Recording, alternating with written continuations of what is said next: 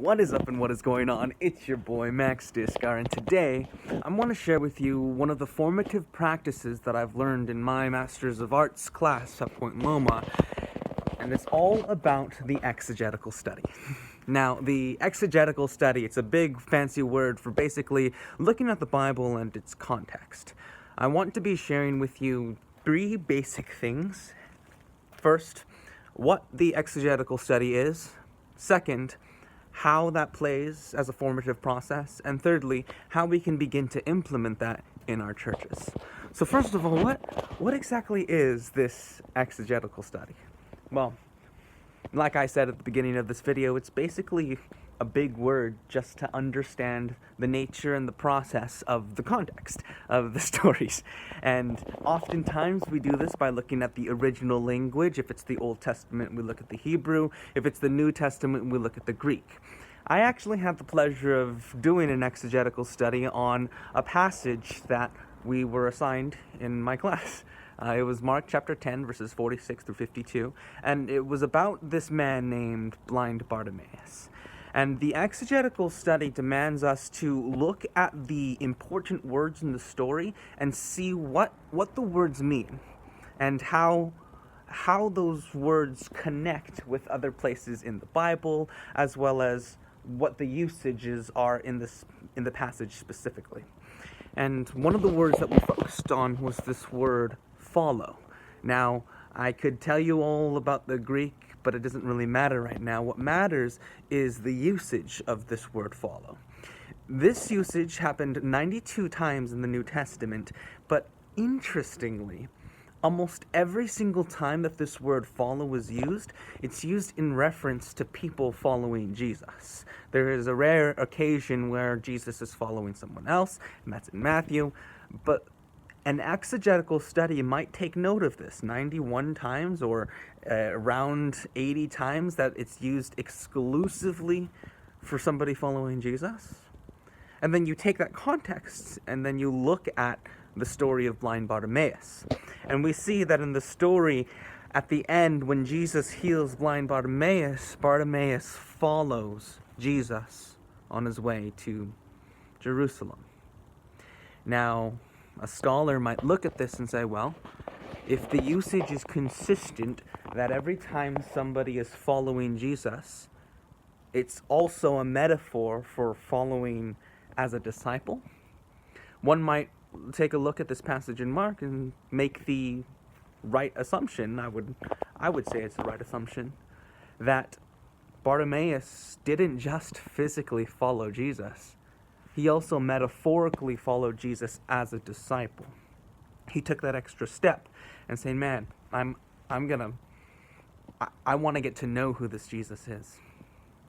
And that's the basics of what an exegetical word study is. It's taking the word in its grander meaning.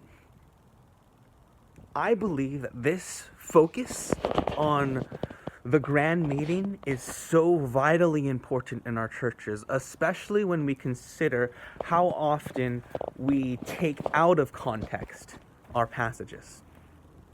I was involved in a church a couple years back that the pastor, we'll call him Bob the pastor, was going through a really hard time. He had just recently lost his son and he got addicted to pain medication. So after about 2 years of drama, him and the associate pastor kind of got some bad blood between them, and there was a church split. And in this giant church split, Bill took half of Bob's congregation. And so I was sitting in Pastor Bob's lesson, his sermon, and he was giving the story about Samuel. And in 1 Samuel, talking about David and how David didn't kill Saul when he had the opportunity to kill him.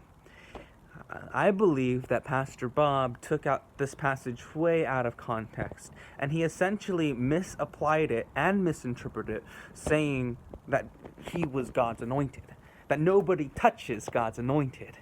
And it seemed to be a real dig on the other pastor who had recently started a new church. And taking biblical scriptures, misrepresenting them, and pulling them out of context is one of the most dangerous things that you can do as a pastor. I really want to be aware of that.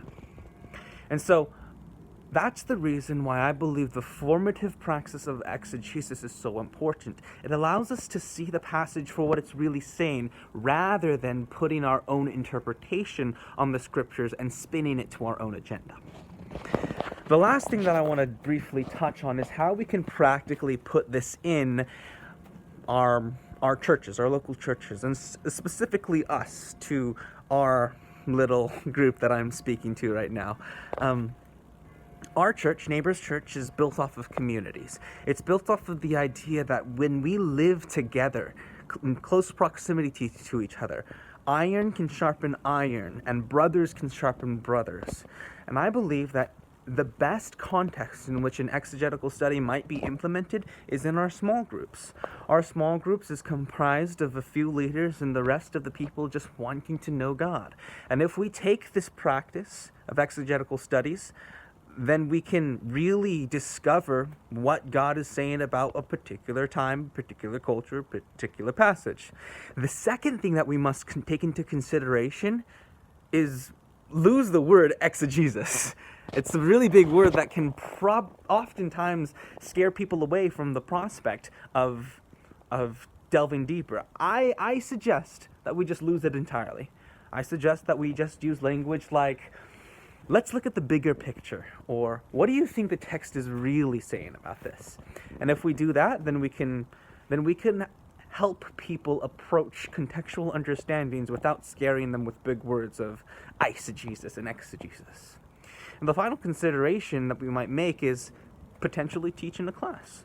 If we were to build upon the knowledge of our predecessors, just like Isaac Newton once said, I stand here today because I stand on the shoulders of giants. If we could take that and share those principles in an academic way, I believe that we can inspire people to, in their own study times and seeking the Lord, we can inspire people with a curiosity that lets them question what it's like to see the Bible in its full context.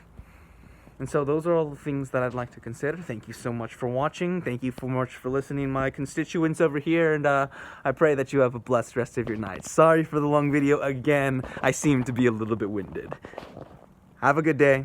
See you guys in the next class.